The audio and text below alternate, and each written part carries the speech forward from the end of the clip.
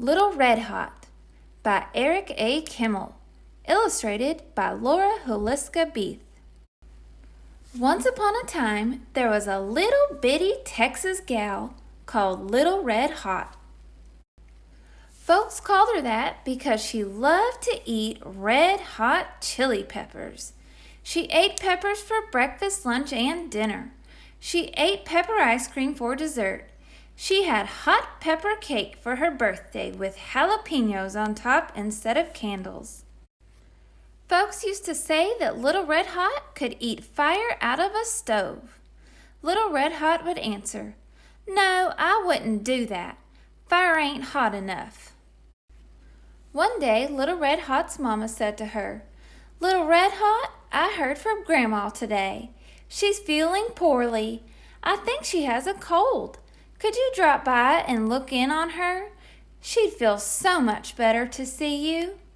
"I'll do that, Mama," Little Red Hot said. "I'll bake a hot pepper pie, Grandma's favorite. It'll knock those cold germs right out of her." Little Red Hot got busy in the kitchen. In no time at all, she had mixed up a hot pepper pie. She used Louisiana hot sauce instead of milk and filled the crust with eggs, cheese, and the hottest chili peppers she could find. Jalapeno peppers that could make a grown man weep. Tabasco peppers that could knock over a longhorn. Habanero peppers that could take the paint off a wall. And Naga Jolokias from India, one of the hottest peppers in the world.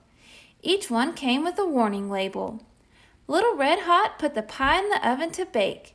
She didn't have to turn the oven on. The pie was so hot it baked itself.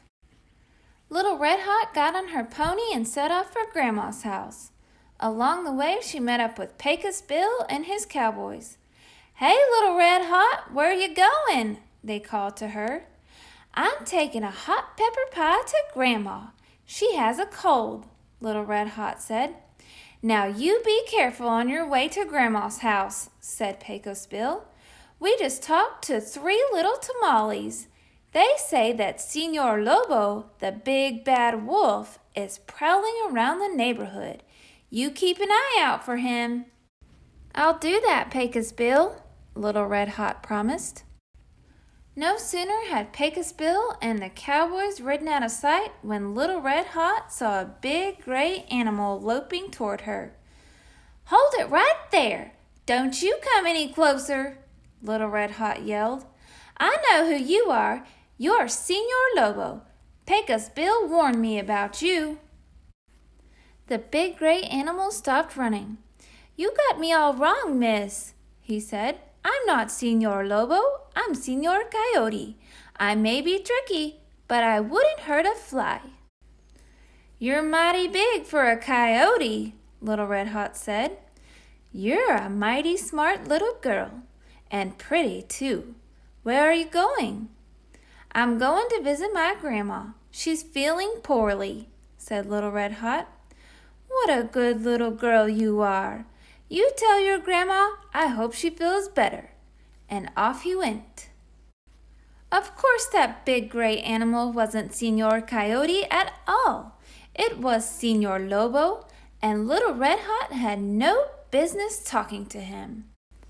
But it was too late to do anything about that now. Even worse, Señor Lobo knew a shortcut that took him straight to Grandma's house. He stepped up to the front door and knocked. "Little Red Hot, is that you?" Grandma said. Señor Lobo made his voice sound like Little Red Hot's. "Yes, Granny, I heard you were sick. I hope you're feeling better." "I feel better already now that you're here. Come on in." Señor Lobo did just that. Grandma let out a yelp when she saw him. Grandma was sick, but she wasn't slow. She jumped out the window and ran. "I'll catch her later," Señor Lobo said. He rummaged through Grandma's clothes until he found a spare nightcap and nightgown. He put them on and hopped into bed just as Little Red Hot arrived. "Howdy, Grandma, it's Little Red Hot. I'm sorry you don't feel good. Why is your front door open? To let in the breeze, darling, to let in the breeze, Senor Lobo said. I brought you a surprise, Grandma. Little Red Hot went into the kitchen. She cut a big wedge of hot pepper pie and put it on a plate. She carried it to Grandma's bedroom. Senor Lobo lay on the bed with the covers pulled up to his nose. Little Red Hot looked at him real hard. Grandma, what big eyes you got. The better to see you with, darling, Senor Lobo said. Grandma, what big ears you got. The better to hear you with, darling, Senor Lobo said. Grandma, what big teeth you got. Now don't say another word, 'cause I know what they're for, said Little Red Hot. What are they for, darling? Senor Lobo asked. They're for eating this hot pepper pie I made just for you. Little Red Hot shoved that wedge of pie into Senor Lobo's mouth. To say he yelled wouldn't do him justice.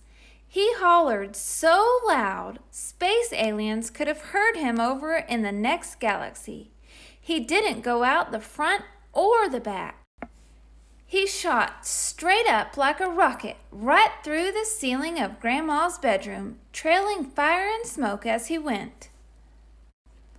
That's when Pecos Bill and the cowboys arrived. Grandma told us Senor Lobo came by. Where is he? Little Red Hot pointed up at the hole in the ceiling. He went that-a-way.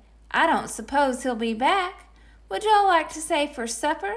I got hot pepper pie for everyone. No thanks, Little Red Hot, Pecos Bill and the cowboy said. We're brave all right, but not that brave.